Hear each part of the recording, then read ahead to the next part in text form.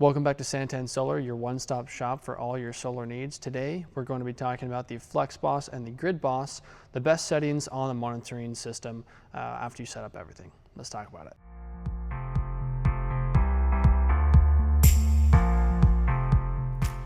Perfect, and welcome back. So today we're going to be talking about the best settings for the FlexBoss and a GridBoss combo. Today, the example I'm using is one of our customers.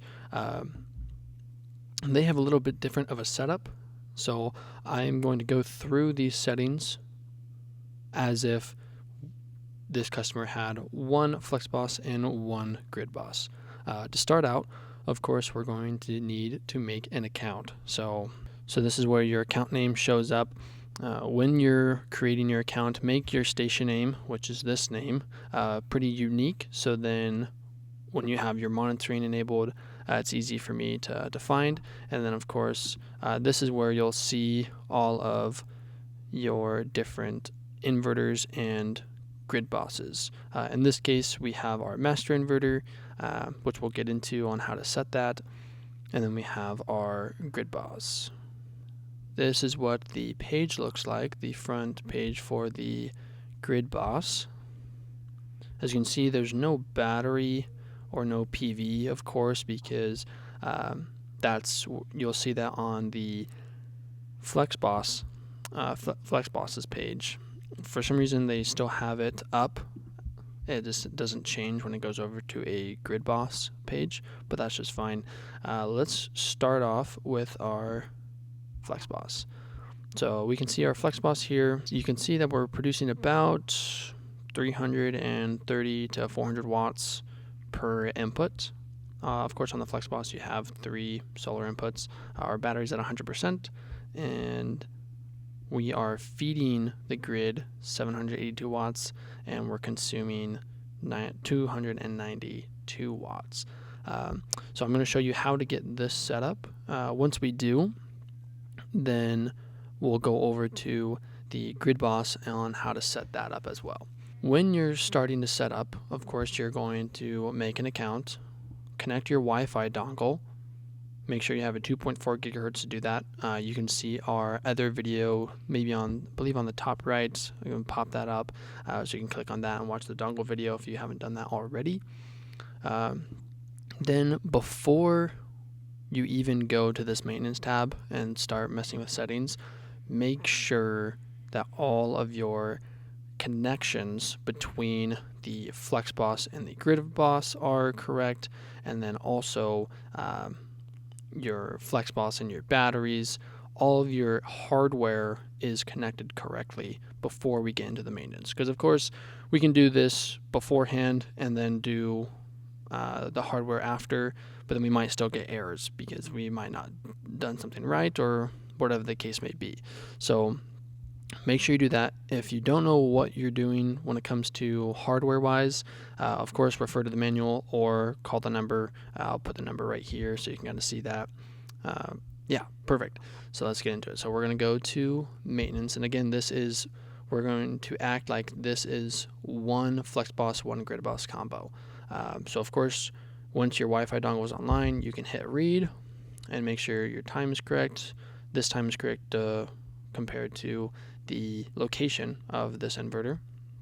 So first we're going to start off with the basic settings. Of course, we're going to set it to normal. Standby basically puts it into like a sleep mode, just so you know that. Then also your off-grid mode. You can click on these blue question marks and it tells you what this means. So this off-grid mode says it is for an absolute zero export when there is an AC connection. When enabled, the battery discharges power to load first, and the grid will not assist in powering loads, and the batteries will not charge from AC unless AC charge is enabled. So essentially, the reason why we're not going to enable this is because this customer specifically has an on-grid setup with battery backup. So we're not going to touch the off-grid mode because he wants the grid to be, he wants to pull from the grid when he needs it. Of course, his system is big enough to where he doesn't need to, but that's just fine. You don't necessarily need to worry about this one too much. I would just keep that disabled. But these first 3 settings I would be wary of in the general tab, which making sure that's on normal. Don't hit the restart unless you really want to restart the inverter, and then hit disable there. Moving on to EPS output. There's a couple of things here that we would want to enable depending on the situation. Of course, this says power backup. It says allows for the use of the inverter as a backup system. So this is only possible if you have your loads relocated to a separate loads panel. So you'll have your FlexBoss to your GridBoss. You'll have your meter, and then on the left side or the right side, depending on your HJ and a couple other utilities will do different things. But depending on your permits that you have to pull, you would want to relocate all your loads, and that's why this would be enabled. So essentially what that means is if the grid goes down, you can use this enabled as a power backup, so you're still going to be feeding the house, but still and not being able to pull from the grid because the grid is down, of course. Moving on to grid cell. This is pretty important if you want to sell back to the grid. A lot of utilities out there will allow a grid sellback system. So of course this customer has a pretty big system, so in order to have an official grid sellback system, you need to have permission to operate. If you do not have permission to operate, you cannot touch these settings, because let's say the grid does go down and you have grid cell on disable and this fast zero export on disable, you could send power back to the grid, and 1, that's illegal, and 2, that's very dangerous for any workers on the line. So there's 2 ways that you can set this grid cell up. You can disable this and enable fast zero export, where what that means is I won't be able to pull from the grid, but I'm not going to send back to the grid, but I can still power my loads. Of course, if you have your critical loads panel. So in this case, for this customer, we're going to grid sellback enabled. We're going to have it at the maximum of his system, and then we're going to disable fast zero export, because when the grid does go down, we want to power the grid. When it comes to working modes, we're not going to focus on working modes right now, just because 1, they are pretty tedious, and 2, they're kind of a case-by-case basis. So when it comes to these, like these backup modes or active modes, they're only going to be necessary depending on your situation. We won't touch on this. If you have any more questions on these specific ones, comment down below, and we can maybe make a quick video on what each of these mean and the best settings for them depending on different situations. Perfect. Let's move on to battery settings. Of course, if you are running the EG4 batteries, you're going to want to put this on lithium and put this on 0:EG4. So that is the battery brand / the COM number for the EG4 batteries.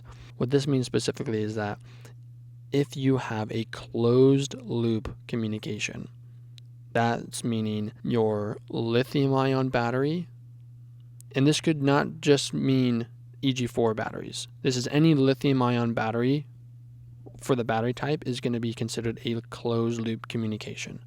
So if we wanted an open loop communication, we would click on this and we go to lead acid and we would set that.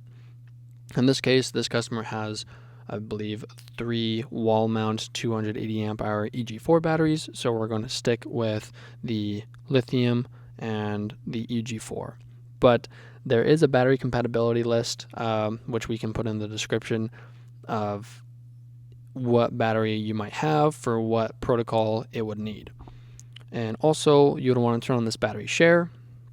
The battery share helps out when you have multiple inverters. Like this customer in this case, he does have multiple inverters with his batteries connected to both in parallel. So that's why this is on. That is for another video. So if you have more questions on that, comment down below and we can make another video on that. All right, so that's mainly some of the basic settings that we will need. Let's go to the advanced settings. So these are super important when it comes to just one GridBoss and one inverter. You will still set this up exactly how you see it now. So we're going to enable the GridBoss, of course, and this is before the GridBoss is online. So before you even have the GridBoss online, you need to enable this. So then there's no errors that come onto the GridBoss. The set system type, this is for this inverter specifically. That's why we're going to set it to master, and then you can set it to slave or three-phase. No one really necessarily needs to mess with three-phase. We've only had a couple instances where we had to do that. But most of the time, you're going to set your first inverter as one-phase master and set that, and then you'll be good to go. Also, another thing once you get the dongles online, you're going to want to update the firmware between the FlexBoss and the GridBoss. The reason this is because a lot of customers will sit on their equipment for maybe 4 to 5 months before they install it for whatever reason. Maybe they're not getting approved, or their contractor is taking a little while to get them on schedule. Whatever the case is, you would want to update the firmware on the FlexBoss first, then the GridBoss second. The reason this is, the firmware definitely helps out with any bugs that might have happened within that time frame, or just with commissioning in general. So perfect. So this is my master inverter. In order to check if you need updates or not, you'll click on this blue question mark and you'll see a bunch of random letters and numbers and symbols together. Let me see if I can, maybe one of the, I don't believe any of these need updates actually.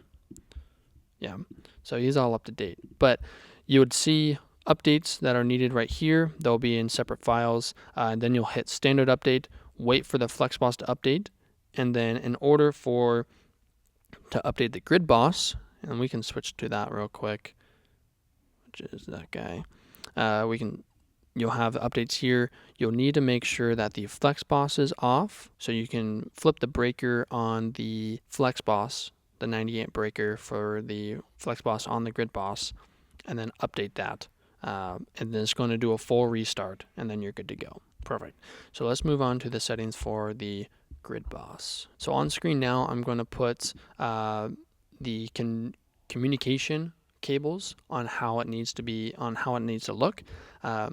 This will change depending on if you have multiple inverters and or multiple GridBosses as well.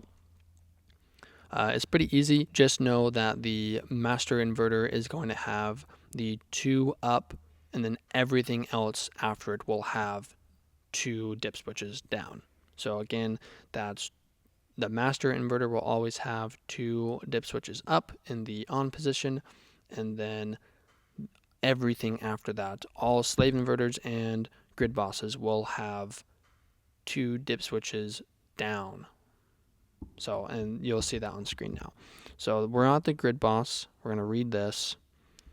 We're going to go down to general settings, and as you can see, it's basically the same stuff as the FlexBoss, which is okay. That's exactly what we want.